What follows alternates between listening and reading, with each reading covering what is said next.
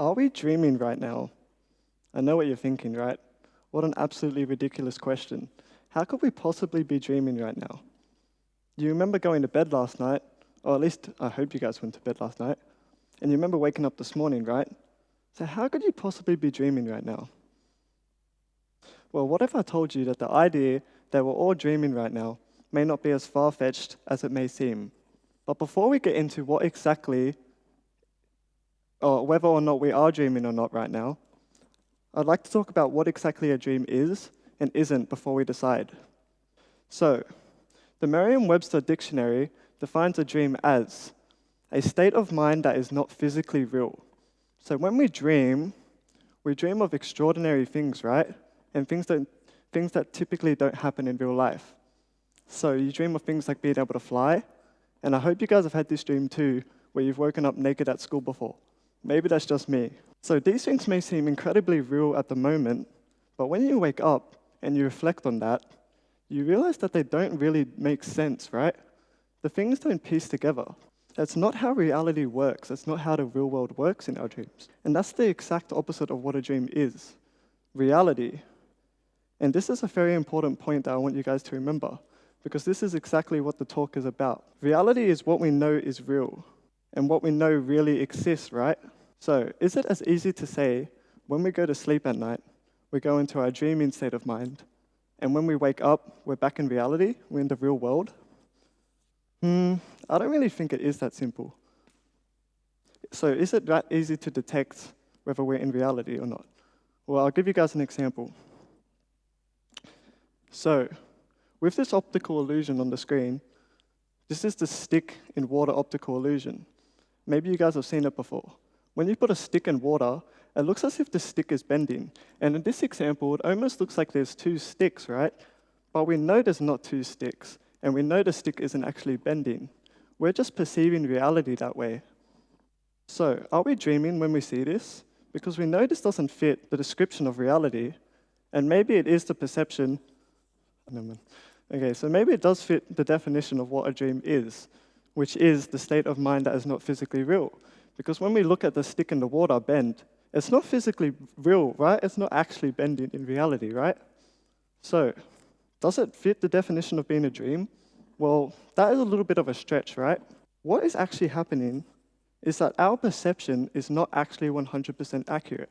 We're making a mistake when we see this, and we can't control that. It's just how our brain is working. We're seeing something that we really should not be seeing. And I'd like to really take this point home with a scientific example.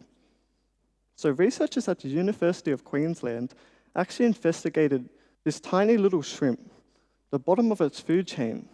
And what they found that to be so special about this shrimp is that it can actually detect ultraviolet and non-polarized light with its bare eyes, which is something that is actually invisible to us humans. And what is so special about that is that it shows just how limited we are.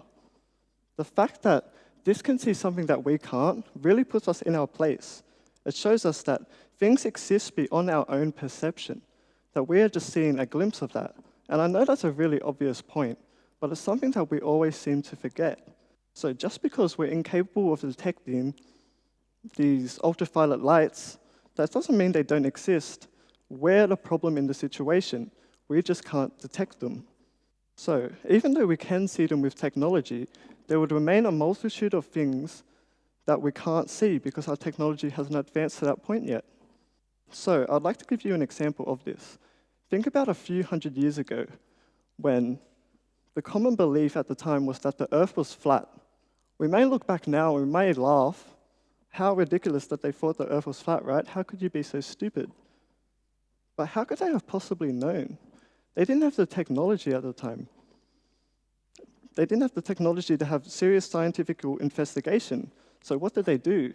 They relied on their perception to tell them. So if you go in a boat and you go all the way out to sea and you look at the horizon, does it look flat or does it look round? It looks flat, right? So how could they have possibly known? They're relying on their perception, which we know can be a mistake, and that is a clear example of it being a mistake. So we're susceptible to making these mistakes, and we can't blame ourselves for that. It's just how we are programmed, unfortunately. But the way that we can alleviate making these mistakes is to accept and recognize that they happen, and that we cannot instinctively trust our own perception. So when I go back to the "are we dreaming" question, think about it. We all reluctantly said no, right? We said, what a ridiculous idea. Of course we can't be in a dream right now. But when I provide some evidence and provide optical illusions, for example, even though it's very obvious that we are not in a dream right now, the line between dream and reality becomes blurred a little bit. It's not as black and white as we thought. So, what can we do to move forward from this point? Well, that's something that Dr. Linda Humphreys actually talks about. She talks about the importance of having compassion for each other and ourselves, and she also talks about the need for us to recognize these mistakes that we make. Humans are very prideful in their own nature. We love to be correct about things, and we often hate when we're incorrect about stuff. I know everyone here can relate. Who wants to be wrong, right? So what we can do is recognize that this is a point where we need to be compassionate for each other and recognize that we all perceive things in different ways. And that once we fall into the trap of trusting our perception, you really realize just how self-biased we are in nature. So, in conclusion, I just want to end with my question. Are we dreaming right now?